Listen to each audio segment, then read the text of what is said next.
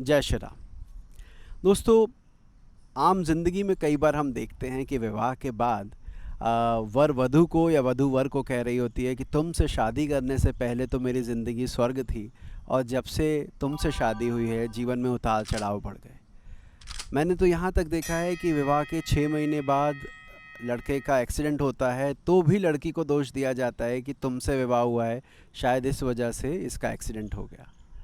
इस तरह की बातें जो हम करते हैं या बोली जाती हैं, क्या इसका कोई ज्योतिषीय आधार है? क्या ऐसा सच में होता है कि दूसरे की कुंडली की वजह से आपकी ज़िंदगी पर असर पड़े?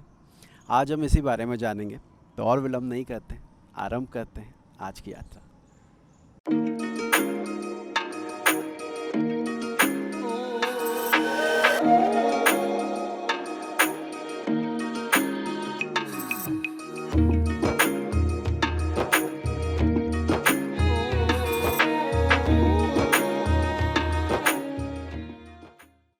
सबसे पहले तो काफ़ी दिनों बाद आप लोगों से मिलना हुआ, उसका कारण ये था कि जो दिल्ली में ऑफ़लाइन ज्योतिष क्लासेस और जो ऑनलाइन हाइब्रिड क्लासेस का हम प्लान कर रहे थे, उसमें काफ़ी समय लग रहा था। इवन आज भी सुबह मीटिंग करके उससे रिलेटेड काम करवा के आए हैं। पर अब चीज़ें स्मूथ हो रही हैं, चीज़ें क्लासेस चालू हो गई हैं और अब समय है आप लोगों से बात करने का और अलग अलग विषयों पर ज्योतिष चर्चा करने का। तो जैसा कि मैं आपको बता रहा था कि ये कहा जाता है कि लड़की से विवाह के बाद लड़के के जीवन में कोई भी उतार चढ़ाव आए तो उसमें लड़की को दोषारोपण किया जाता है कि तुम्हारी वजह से हुआ। तो ऐसे में हमसे पूछा जाता है, ज्योतिषियों से भी पूछा जाता है कि सर, क्या लड़के की अपनी कुंडली कुछ नहीं थी? लड़की आई, लड़की की कुंडली में ऐसे योग थे और जिस वजह से लड़के के जीवन में उतार चढ़ाव आए, तो क्या लड़के की अपनी कुंडली यहाँ पर कुछ नहीं कहती? तो उत्तर इसका ये है कि ये कहना गलत नहीं होगा कि ज़्यादा महत्वपूर्ण होती है आपकी अपनी कुंडली। जो ये बात कर रहे हैं, जिसके साथ मान लीजिए किसी का एक्सीडेंट अगर हुआ है, तो एक्सीडेंट हुआ है तो उसकी अपनी कुंडली में कुछ ऐसे योग होंगे, किसी दूसरे के साथ की वजह से वो कॉम्बिनेशन एग्जीक्यूट हुए, ये बात कहना गलत है। क्यों गलत है? क्या हम कुंडली देख के बता सकते हैं कि इस जातक की शादी के बाद इसके करियर में उतार चढ़ाव आएंगे या इसकी तबीयत ख़राब हो जाएगी या इसकी नौकरी छूट जाएगी या पैसे की कमी हो जाएगी? तो उत्तर है हाँ। ज्योतिष में ऐसे 3 सिद्धांत बताए गए हैं, जिनमें से 2 हम इस वीडियो में कवर करेंगे, जिसके द्वारा आप ये बता सकते हैं कि इस जातक के साथ विवाह के बाद क्या होगा। उसके लिए हमें किसी दूसरे की कुंडली की आवश्यकता नहीं है कि भाई किस कन्या से विवाह होगा, उसकी आवश्यकता नहीं है, या अगर कन्या की कुंडली है तो किस लड़के से विवाह होगा, इसकी भी ज़रूरत नहीं है। हमें केवल ये देखना है कि उसकी कुंडली में अपने योग क्या है। कैसे देखते हैं इसे? देखिए, पहला नियम तो बहुत सरल है। हम सब जानते हैं कि विवाह का विचार 7वें घर के स्वामी और सप्तम भाव से किया जाता है। अब यदि सप्तम भाव में किसी बुरे भाव का अधिपति बैठा हो, मैं दोहराता हूँ, सप्तम भाव में 7वां घर जो विवाह के लिए होता है, कुंडली में एकदम नीचे की ओर बना होता है, अगर वहाँ पर किसी बुरे भाव का स्वामी, तीसरे, छठे, 8वें, 12वें का स्वामी बली होकर बैठा है, तो ऐसी स्थिति में हम कहते हैं विवाह के बाद आपके जीवन में एक अप्रिय घटना होने के योग हैं। अप्रिय घटना तो बहुत कुछ हो सकती है। कौन सी अप्रिय घटना? कोई बदलाव है, किसी की मृत्यु है, किसी का दुर्घटना है, क्या हो सकता है?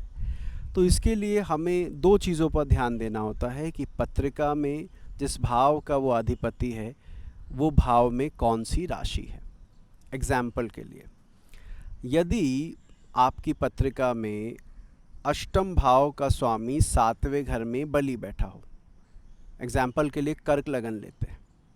कर्क लगन में 7वें और 8वें दोनों भाव के स्वामी शनि बनते हैं, और अगर शनि कर्क लगन में 7वें भाव में हुए तो वो अपनी राशि में होंगे और दिग्बली भी होंगे।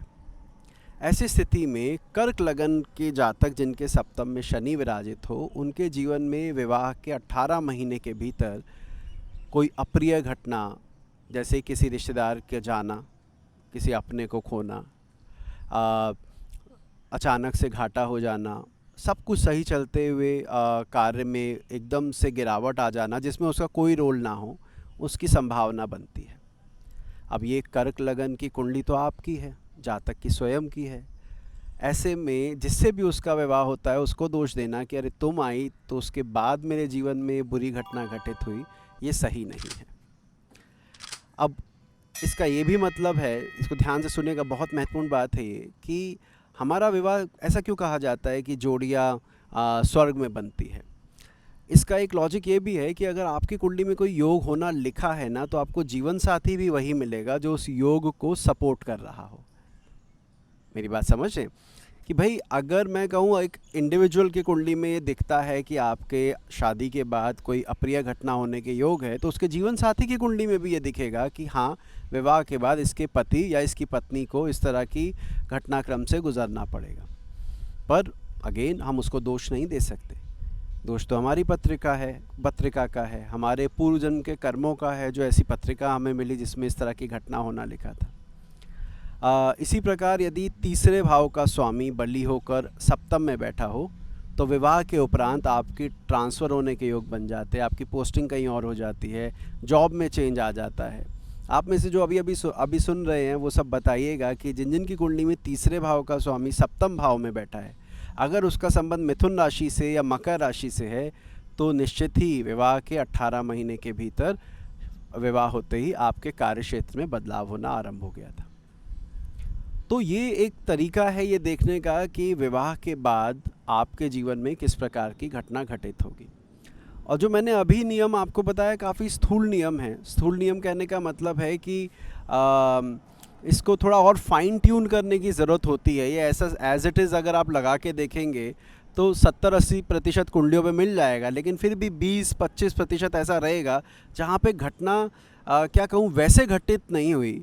क्योंकि इसमें दो चीज़ें बहुत महत्वपूर्ण हो जाती है कि जो ग्रह सप्तम में आया है, जो ग्रह 7वें घर में बैठा है, वो मित्र राशि का है या शत्रु राशि का। अगर वो शत्रु राशि का है तो वो परेशानी का कारण बनेगा। एक एग्जाम्पल मैं आपको देता हूँ, बड़ा ये इसको आप समझेंगे शायद। कर्क लगन की पत्रिका और बृहस्पति सप्तम भाव में, तो हमारे एक मित्र ने कहा कि सर इसका भाग्याधिपति सप्तम भाव में नीच अवस्था में है। मेरी बात आप समझ रहे हैं, कर्क लगन अगर होगा तो भाग्याधिपति बृहस्पति बनता है। ऐसे में बृहस्पति का सप्तम में बैठना उसको नीच कर देता है, उसको दिग्बल से दूर कर देता है। ऐसे में ये कहना कि विवाह के उपरांत तुम्हारे भाग्य की उन्नति होगी क्योंकि तुम्हारे भाग्य का स्वामी सप्तम में है, ये पूर्णतया जो स्टेटमेंट है अप्लाई ही नहीं होगी, बल्कि आपको इसका विपरीत देखना पड़ेगा। तो कहने का अर्थ ये है कि ये स्थूल नियम है, इसको लगाते वक्त इस बात का ज़रूर ध्यान दें कि वो ग्रह सप्तम भाव में आके बली हो रहा है या निर्बल, और अगर वो बली हो रहा है तो उसका प्रभाव आपको देखने को मिलेगा। इसको अगर मैं और ज़्यादा एक्यूरेसी के साथ बोलूं तो इसमें एक चीज़ और जोड़िए, ये दूसरा नियम है इसी विषय से जो जुड़ा हुआ। वो क्या है कि जो भी आपकी पत्रिका में, जन्म पत्रिका में 7वें भाव का स्वामी हो, ये देखिए कि वो 7वें भाव का स्वामी नवांश में किस राशि में गया। मेष से लेकर मीन तक किसी ना किसी राशि में सप्तम भाव में होगा ही वो। अब वो राशि काल पुरुष के जिस हिस्से को इंडिकेट करती है उस पर ध्यान दीजिए। एक उदाहरण के लिए कुंडली अभी आपके सामने है, इसमें मिथुन लगन की पत्रिका है और सप्तमाधिपति बृहस्पति बनते हैं। बृहस्पति इस पत्रिका में नवांश में हमें देखना होगा किस राशि में गए। जब हम नवांश देखते हैं तो वहाँ पर ये बृहस्पति मकर राशि में यानी शनि की राशि में जाते हैं। अब ऐसी स्थिति में मकर राशि में बृहस्पति नीच हो जाते हैं, जैसा कि हम सब जानते हैं, तो कोई ख़ास सपोर्ट यहाँ पर कर नहीं पाएंगे। और ऐसी स्थिति में हमने क्या देखना है कि यहाँ पर पहले तो लाइन ये बनी कि क्या विवाह के 18 महीने के भीतर आपके कार्य क्षेत्र में ढलान या उतार या कुछ डाउनफॉल आया था। क्यों? क्योंकि काल पुरुष की 10वीं राशि में होकर ये नीच हुआ है, ये ग्रह सप्तमाधिपति। एक दूसरा, अगर ये गुरु जो कि कुंडली का सप्तमाधिपति है, नवांश में मकर में बैठा, अगर ये जन्म कुंडली में भी करियर हाउस से किसी तरह से कनेक्ट हो जाए तो फिर आप बोल सकते हैं कि जैसे ही विवाह हुआ होगा उसके 18 महीने के भीतर भीतर इस तरह की घटना आपके लाइफ में हुई होगी। इसको उल्टा करके देखें तो हम बुरी बात क्यों करें, अच्छी बात भी कर सकते हैं। अब इस एग्जाम्पल चार्ट में जो सप्तम अधिपति है वो शुक्र है, ठीक है। कुंडली आपके सामने है, वृश्चिक लगन की कुंडली है, सप्तम अधिपति शुक्र बनता है। शुक्र हमने नवांश कुंडली में देखा तो नवांश कुंडली में वो कुंभ राशि में गया। कुंभ राशि काल पुरुष की 11वीं राशि। कौन गया? शुक्र गया, जो एक मित्र ग्रह है कुंभ राशि के लिए। ऐसी स्थिति में ये कहना कि विवाह के उपरांत आपकी उन्नति हुई होगी, आपकी सैलरी बढ़ी होगी, फाइनेंशियल गेन होने के योग है, ये गलत नहीं होगा। और अगेन इस बात की पूर्ति के लिए, इस बात को समझने के लिए हम नवांश कुंडली, जन्म कुंडली में अगर देखें तो ये देखने की कोशिश करेंगे कि क्या यही शुक्र, कौन शुक्र? जो कुंडली का सप्तमेश है, जो नवांश में कुंभ में गया है, क्या ये शुक्र जन्म कुंडली में लाभ भाव में बैठा या लाभ भाव को देख रहा है?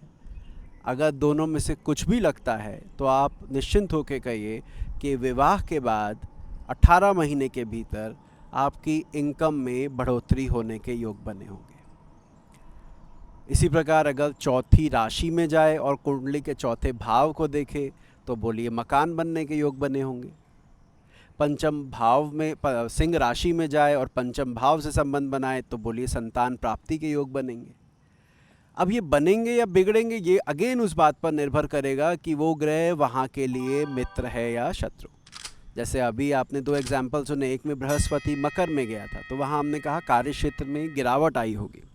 वहीं जब शुक्र आया तो हमने कहा लाभ का कुंभ राशि में, तो हमने कहा इनकम में बढ़ोतरी हुई होगी। तो कहने का अर्थ ये है कि मित्रता शत्रुता जो आधार है ज्योतिष के नियमों के, उसको नज़रअंदाज करके केवल ये कहना कि अरे ये ग्रह उस भाव में गया है तो इस तरह की घटना होगी, ये क्या कहूँ, थोड़ा सा बचकाना है। लेकिन चलिए ठीक है, जैसा चलता है वैसा है।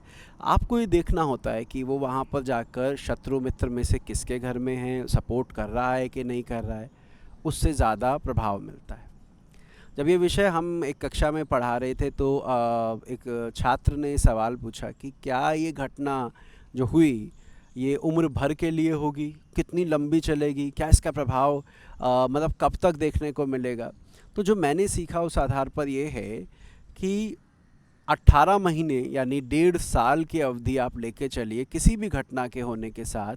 1.5 साल की अवधि में उसका क्या बोलूँ, रिएक्शन बोल लीजिए या उससे जुड़े भाव एक्टिवेट हो जाते हैं। 1.5 साल एक लंबी अवधि है, ठीक है। लेकिन उसके बाद उसका प्रभाव नहीं रहता है। उसके बाद तो आपकी जो पत्रिका है, जो आपकी दशा है, जो आपकी अंतर्दशा है, उसका प्रभाव आपको देखने को मिलेगा। अगर कुंडली बली होगी तो अच्छा होता जाएगा, और कुंडली निर्बल है तो फिर आप डाउनफॉल देखेंगे। ये इस विषय पर वीडियो बनाने की आवश्यकता क्यों पड़ी? क्योंकि कई बार हमारे पास विशेषकर महिलाएं आती हैं और ये कहती हैं कि हमारे पति कहते हैं पहले मेरी सैलरी इतनी हुआ करती थी, जब से तुझसे विवाह हो गया तब से मैं बेरोज़गार बैठा हूँ। या तो ये वाली कंडीशन बहुत सुनने को मिलता है। अब तो खैर समाज थोड़ा आगे बढ़ रहा है तो इसलिए शायद इतना नहीं है, पहले तो ये और ज़्यादा होता था। शायद यही कारण है कि महिलाओं को भाग्यवान भी कहा जाता है। भाग्यवान का अर्थ है भाग्य को बढ़ाने वाला, कि पुरुष की कुंडली में जो भी कॉम्बिनेशन है, महिला आके उसमें अपनी तरफ से इजाफा करेगी, उसको इंटेंसिफाई करेगी। अब वो इंटेंसिफाई पॉजिटिवली कर रही है या नेगेटिवली, ये उस व्यक्ति की कुंडली पर निर्भर करता है कि वो कुंडली में लेकर क्या बैठा है। तो किसी दूसरे को इसके लिए दोष ना दें, अपनी खुद की पत्रिका में देखें, उससे आपको ज़्यादा सटीक आप विश्लेषण कर पाएंगे। अब ये पत्रिका मैं आपके लिए छोड़े जा रहा हूँ, इसको ध्यान से देखिए और मुझे बताइएगा इस जातक के विवाह के बाद आपको किस तरह की घटना होने के योग लगते हैं। और इसको फिर हम YouTube शॉर्ट में कहीं कवर करेंगे, इसके ऊपर एक अलग वीडियो कि इसके साथ एक्चुअली हुआ क्या। अभी के लिए इतना ही रखते हैं। आशा करता हूँ आपको ये विषय समझ में आया हो, आपको सुनने में आनंद आया हो। यदि हाँ तो इस चैनल को सब्सक्राइब कर सकते हैं यदि आप नए हैं तो, और यदि आप पुराने हैं तो कहने की आवश्यकता ही नहीं, लाइक तो आप कर ही देंगे। इतनी उम्मीद तो मुझे आपसे है। बाकी अपना ध्यान रखिएगा, जल्दी मिलते हैं। जय श्री राम। कब हो जाता है मांगलिक दोष और ख़राब, इसकी जानकारी के लिए आप ऊपर दिए इस लिंक पर क्लिक कर सकते हैं और हमारे लेटेस्ट वीडियो के लिए आप नीचे क्लिक कर सकते हैं। जय श्री राम।